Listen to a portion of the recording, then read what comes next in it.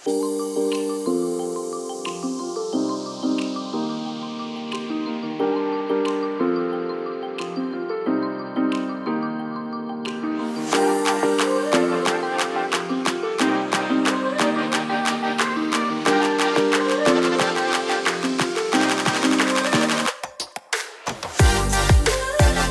everyone, welcome back to this market analysis video. सबसे पहले happy Holi to all of you. Now I'll share few stocks from my side for market analysis video. वैसे तो मैं news पे बहुत ज्यादा ध्यान देता नहीं हूँ, बट काफी ह्यूज सेल ऑफ आया था यूएस मार्केट में फ्राइडे को कुछ बड़ी इंस्टीट्यूशनल कंपनी से।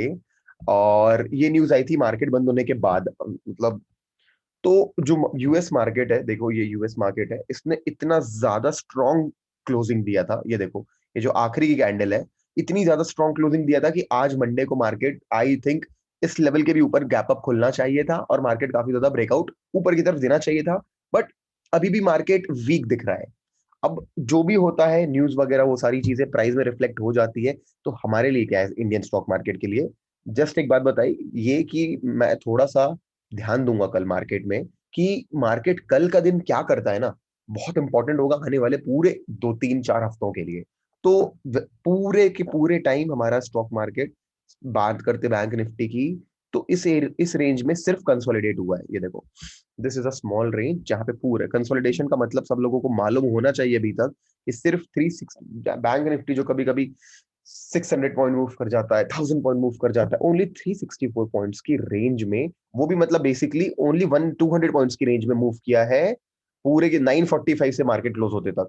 तो मतलब क्या है इसका, it is preparing itself for a move. अभी वो अप था, डाउन था, नहीं मालूम था, वो आज मालूम चलना चाहिए था, बट मार्केट बंद है तो कल मालूम चलेगा मार्केट किस तरह ब्रेकआउट देता है। ये बहुत की इंपॉर्टेंट लेवल्स है, एग्जैक्टली वहीं पे कंसोलिडेट हुआ है।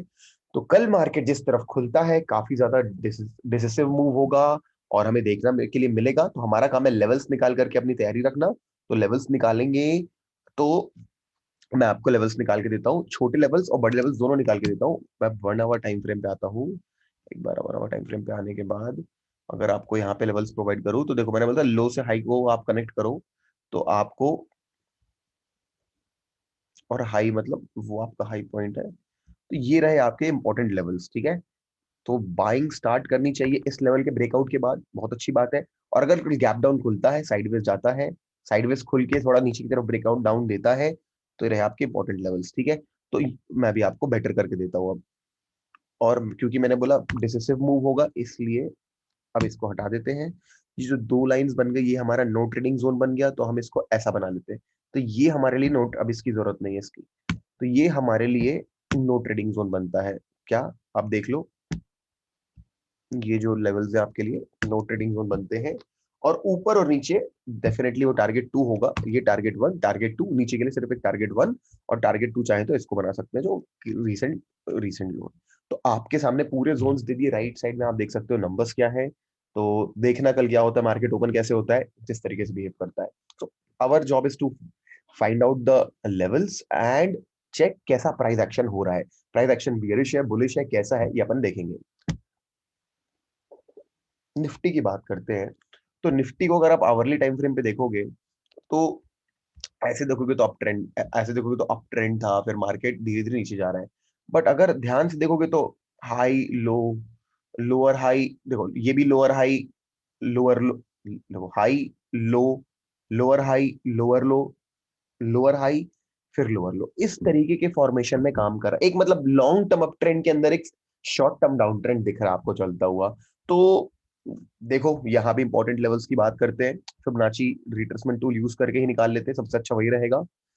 क्योंकि ये जब तक कि ये वाला हाई और ये वाला लो और ये वाला हाई, मतलब वो वाला लो पॉइंट ये वाला हाई चेंज नहीं होगा, फिब लेवल्स चेंज नहीं होंगे, तो ये काफी सॉलिड लेवल्स है। ऐसा नहीं कि हर दिन चेंज होंगे। देखो we are definitely consolidating near the 61% levels. तो इसको यहाँ पे मैं एक लाइन ड्रॉ करता हूँ, एक यहाँ पे ड्रॉ करता हूँ, एक यहाँ पे ड्रॉ करता हूँ, ठीक है। मैं बेसिकली ये बना पूरे वीक के लिए बनाना चाहता हूँ। तो this these will be strong levels for me. तो हमको देखना है भी छोटे टाइम फ्रेम पे आते 15 मिनट्स के, और किस रेंज में कंसोलिडेट हुआ उसको अपन टोटल इस पूरे दिन को मेरे हिसाब से हमें ये कर लेना चाहिए। ये देखो ये हमारा है नो ट्रेडिंग जोन, और इसके ऊपर अब ये लाइन कोई काम की नहीं रही आपके, तो ये रहा आपका 1-4, इसके ऊपर की बाइंग बढ़िया रहेगी, इसके ऊपर की सेलिंग ही अच्छी रहेगी। तो this is for you. Okay, ये डेफिनेट सी बात है, यहाँ पे टारगेट 1 ये रहेगा, देन टारगेट 2 वो रहेगा, और नीचे के लेवल पे तो मेरे हिसाब से सिर्फ टारगेट 1 ही है। ठीक है, तो आपके सामने निफ्टी लेवल्स भी मिल गए हैं। एसबीआई की बात करते हैं। एसबीआई इसलिए चूज किया बिकॉज सिंपल चीजें मुझे पसंद है, जो सिंपल हो। कॉम्प्लिकेटेड चीजें ऑलरेडी मार्केट में एग्जीक्यूशन इतना टफ होता है कि वो मतलब नहीं होता। सो सिंपल है आपके सामने एसबीआई का। एसबीआई एक डाउन ट्रेंड में आने के बाद, एक इस तरीके की वेव बनाने के बाद, इस तरीके की वेव कंसोलिडेट किया है, might go down might go up, levels are in front of you, simple. Eicher Motors, क्यों Eicher Motors? Eicher motor recently double bottom बनाया हुआ है, और जहां से डबल बॉटम बनाया हुआ है, तो वो लेवल्स ये देखो काफी की इंपॉर्टेंट लेवल्स है, तो ये लेवल्स काफी ज्यादा इंपॉर्टेंट है जहां से इसने डबल बॉटम बनाया हुआ है। तो देख लो, अगर मार्केट कल यहाँ से सपोर्ट लेकर के बुलिश, अगर ऑटो सेक्टर सीएनएक्स ऑटो, वो कहाँ से लाते? सीएनएक्स ऑटो लिखोगे तो मिल जाएगा आपको। देखो सीएनएक्स ऑटो, अगर ऑटो निफ्टी इंडेक्स आपको बुलिश दिखता है ना, तो बढ़िया रहेगा आपके लिए आइशर मोटर्स बाय करने के लिए। आपके सामने लेवल्स मैंने बना रखे हैं, और अगर ये ब्रेक डाउन देता है तो काफी हद तक ये, एक मिनट, ब्रेकडाउन देता है तो काफी बड़ा सपोर्ट लेवल टूटेगा, और 2511 आपके लिए नेक्स्ट लेवल है। तो इस पे बाइंग इनिशिएट करनी चाहिए मेरे हिसाब से, थोड़ा गैप अप खोल के या साइडवेज खोल के, थोड़ा इस लेवल 2581, इसको नो ट्रेडिंग जोन बनाएंगे। इस बॉक्स को मैं बना देता हूँ बॉक्स आपके लिए। मेरे हिसाब से इतना इतने इतने लेवल्स को हम नो ट्रेडिंग जोन बनाएंगे अपने।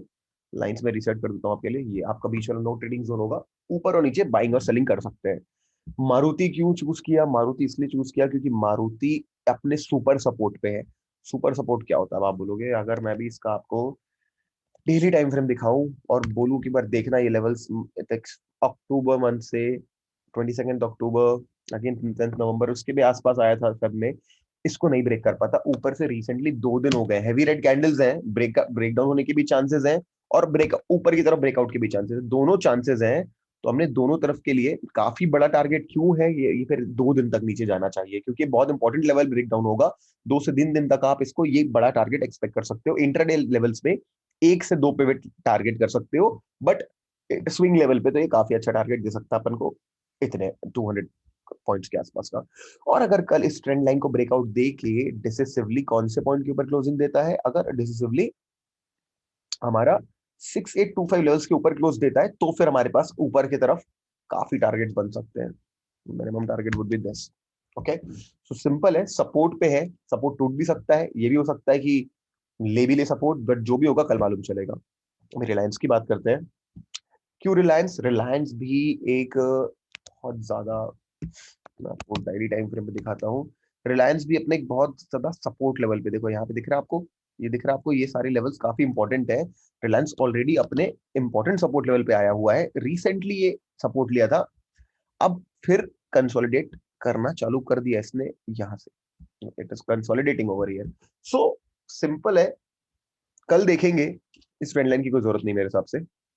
कल देखेंगे हम लोग, कल देखेंगे अगर मार्केट हमको गैप अप और कंसोलिडेशन और गैप अप दिखाता है, तो this could be our target. और अगर मार्केट नीचे फॉलो होता है तो काफी बड़ा टारगेट मिल सकता है, बट इंट्राडे के लिए हमें इतना टारगेट बना के रखना चाहिए। तो आपके लिए नो ट्रेडिंग जोन फिर से बेटर तरीके से ड्रॉ कर दूं, तो these levels will be your no trading zone levels. आप इसके बाहर आप ऊपर की तरफ बुलिश, नीचे की तरफ बेरिश ट्रेड ले सकते हो। तो ठीक है, बहुत ज्यादा कॉम्प्लिकेटेड नहीं था, एकदम सिंपल था। And simple things are good for all the people. मेरे हिसाब से जितना सिंपल रखते हैं अपना हम अपना एनालिसिस, उतना सिंपल हमको एग्जीक्यूट करने में होता है। दो सॉरी, दो बैंक निफ्टी और एसबीआई, दो ऑटो सेक्टर से आइशर मोटर मारुति, एक रिलायंस है और एक निफ्टी है। तो चलो मेरे हिसाब से तो मैं बैंक निफ्टी में ट्रेड करना प्रेफर करूंगा, क्योंकि उसमें जो कंसोलिडेशन है वो बहुत ही ज्यादा यूनिफॉर्म हुआ है। तो ये लेवल्स बहुत ज्यादा परफेक्ट है। या तो एसबीआई में करूंगा अगर इक्विटी में करना होगा, और अगर और कुछ करना रहा तो I would go with Maruti या आइशर मोटर। ओके गाइस, तो चलो, आई होप आप लोगों को कुछ सीखने मिला होगा। कम स्टॉक्स ट्रेड करना, ज्यादा सब स्टॉक्स ट्रेड मत करना, और बिल्कुल दो अगर स्टॉप लॉस हिट होते तो ट्रेड करना बंद कर देना। ठीक है, चलो, and regarding a lot of comments forex यार, मैंने वीडियो बना दिया 1 1.5 हफ्ते पहले से, बट जो कंपनी है जिसके लिए वीडियो बनाया है, थोड़े कंप्लायंस इशू होते हैं कि यहाँ ये नहीं बोल सकते, तो उस पर थोड़ा सा एडिटिंग, 1 हफ्ते से एडिटिंग ही चल रही है, बट आई थिंक एडिटिंग हो चुकी है, जल्दी अब वो आ जाएगा 1 से 2 दिन के अंदर। तो डोंट नीड टू लाइक, आपको जो भी जेन्युइन होगा, ऑब्वियस सी बात है, वो मैं शेयर कर दूंगा आपके साथ, ठीक है। चलो guys, bye, I will see you soon in the next video, thank you.